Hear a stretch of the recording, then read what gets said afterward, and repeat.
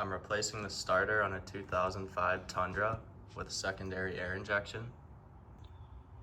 This starter was just replaced, but whoever replaced it put an aftermarket starter in, and when they took the coolant crossover pipe in the rear off, they didn't replace the gaskets, so now the car has a massive coolant leak. You can see the remnants of the coolant leak around the crossover pipe mating surface. And the bell housing is just covered in coolant, and when the car is running, it actively drips and almost pours onto the floor. While we're in there, we're gonna get rid of the aftermarket starter and put an OEM remanufactured starter in. We're gonna replace the coolant crossover pipe gaskets and some other gaskets and hoses along the way. First, make sure your negative terminal is disconnected on your battery. I put a cap and a towel to make sure they don't touch during the job. Here's how I got the intake surge tank off. I took the throttle body off the front and pulled it forward. Then there's two hoses on top.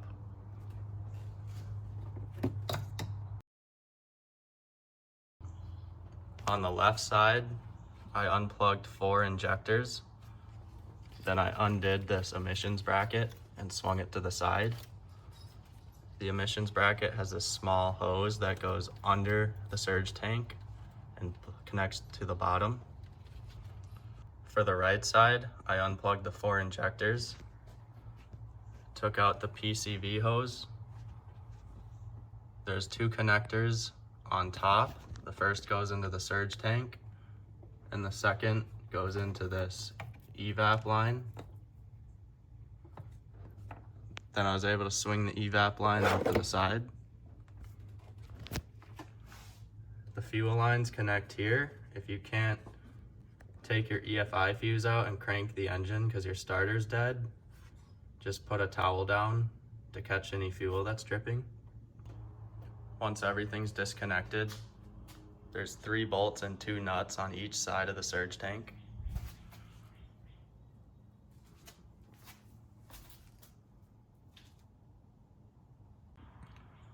Here's the tools I used to get the surge tank off.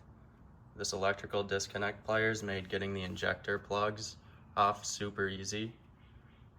A 10mm socket, this 12mm extension X drive from Gear Wrench, and the magnet made getting the surge tank bolts out super easy with an impact. I drained the whole cooling system from the radiator and both sides of the block. Here's the tools I used: 1/4 inch, 8-inch extension, 10mm socket, and then a small torque wrench. Torque spec for the block plugs is 9 foot-pounds.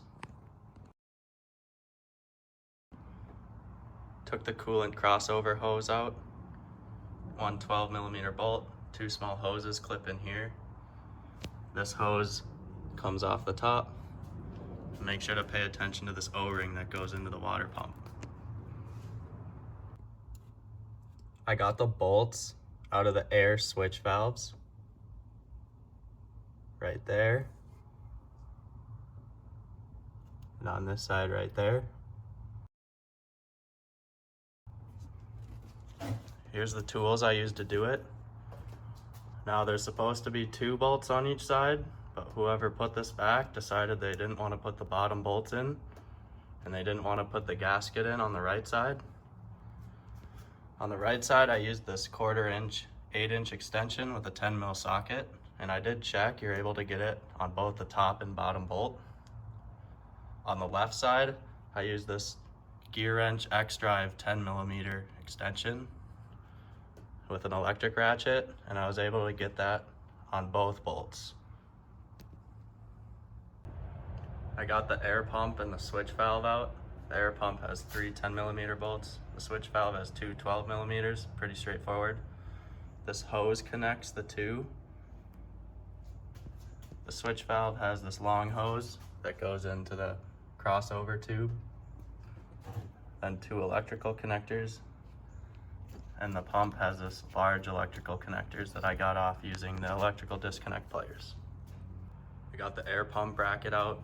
supposed to be two 12mm nuts here and here and two bolts.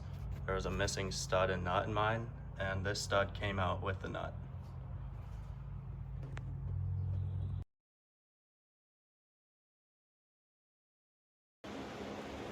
Got the coolant crossover pipe out. There's a hose on the right side, then two hoses that go to the emissions bracket. Then it's 4 nuts, and you can pull it straight up. Kind of have to push the wire harness forward to get it out. On the right side, there was no gasket there, which is why we had such a big coolant leak. There's a gasket on the left side. I got the starter out. I was able to get both bolts in the back using this flex head ratchet, the 14mm socket. And I undid the knock sensors, this connector on the starter here. And once the bolts in the back were out, I was able to get enough room to take this nut off. It should be a 12mm on OEM, but this one's 13mm because it's aftermarket. I got the starter wire connected to the starter before I put it in place. The torque spec is 84 inch-pounds for the nut.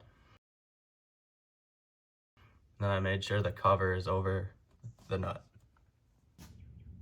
I got the starter in and the two bolts torqued down. They're 14mm. I was able to get the left-hand bolt using just a socket and this torque wrench that swivels on the head. And for the second bolt that's behind the harness, I was able to use this 3-inch extension with the socket, and I went behind the wire harness and I was able to get to it. Torque spec is 29 foot-pounds. I got the 12mm bolt holding in the harness to the back of the starter. Torque spec's 84 inch-pounds. Got the ground wire attached, the 12mm bolt. I couldn't find the torque spec, so I put it to 84 inch-pounds. Plugged in the starter wire connector and the two knock sensors. As I was reinstalling the coolant crossover pipe, this pipe was bent, this bolt hole was stripped, and the flange on the pipe was bent as well. So I'm gonna replace them. I also was able to order all the missing hardware.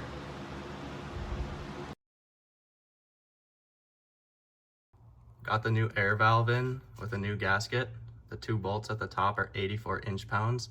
I also placed the gasket for the air tube. On the right side, you can see it through the harness protector and the crossover pipe. I got the new hose put on the air valves and routed. I was able to get the air valve out using just 1/4-inch sockets, and I was able to torque it with a 1/4-inch torque wrench. I got the new air pipe in with 2 new bolts and 2 new nuts.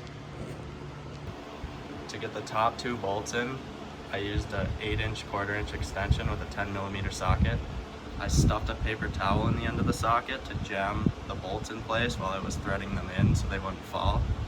Once they were threaded in, I was able to torque them to 84 inch-pounds using a 1/4-inch torque wrench.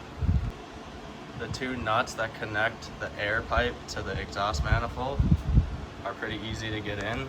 Once I had them threaded most of the way, I was able to torque the top one using a 10mm socket and the 1/4-inch torque wrench. And I torqued the bottom one using a 1/4-inch to 3/8-inch adapter and this long 10mm socket. Torque spec for the nuts is 84 inch-pounds. I got the other air tube hooked up. To start the bolts, I used the paper towel trick with the gear wrench X-Drive 10mm and the 8-inch extension 1/4-inch. To torque the bottom one, I used this contraption.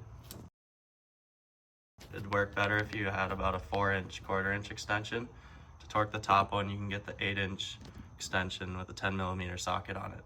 Torque spec for both is 84 inch-pounds. Got the air pump bracket installed with 2 bolts and 2 nuts on studs.